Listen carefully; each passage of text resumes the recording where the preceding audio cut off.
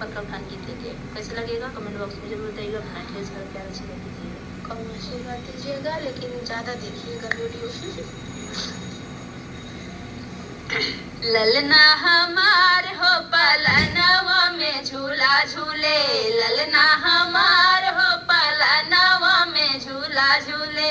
नाही सासू चरुआ चढ़ावे, नाही सासू नेग मांगे, नाही सासू चरुआ चढ़ावे, नाही सासू नेग मांगे। सासू हमार हो ललनवा के नाना मांगे, सासू हमार हो ललनवा के नाना मांगे। ललना हमार हो पलनवा में झूला झूले, ललना हमार हो पलनवा में झूला झूले। नाही जेठनी पियरी, नाही जेठनी पिपली पिसावे, नाही जेठनी नेग मांगे, नाही जेठनी पिपली पिसावे, नाही जेठनी नेग मांगे।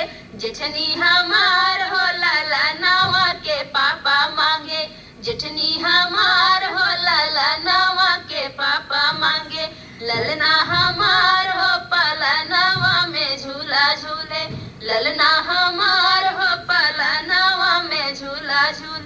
नाही देवरा बसिया बजावे, नाही देवरा नेग मांगे, नाही देवरा बसिया बजावे, नाही देवरा नेग मांगे। देवरा हमार हो ललनवा के मौसी मांगे, देवरा हमार हो ललनवा के मौसी मांगे। ललना हमार हो पलनवा में झूला झूले, ललना हमार हो पलनवा में झूला झूले। नाही ननदी कजला लगावे, नाही ननदी नेग मांगे, नाही ननदी कजला लगावे, नाही नंदी नेग मांगे। ननदी हमार हो ललनवा के मामा मांगे, ननदी हमार हो ललनवा के मामा मांगे।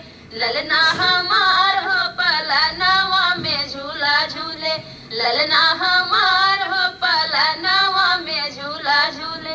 नाही सखिया सोहर गावे, नाही सखिया लड्डू मांगे, नाही सखिया सोहर गावे, नाही सखिया लड्डू मांगे।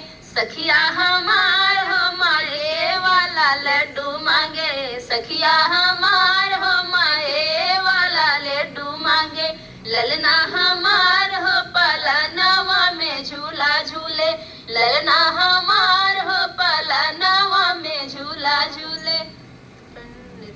ये था सोहर का उठान गीत। आप लोग कैसे लगा कमेंट बॉक्स बताना। फिर मिलते किसी नए गाने के साथ, तब तक बाय बाय।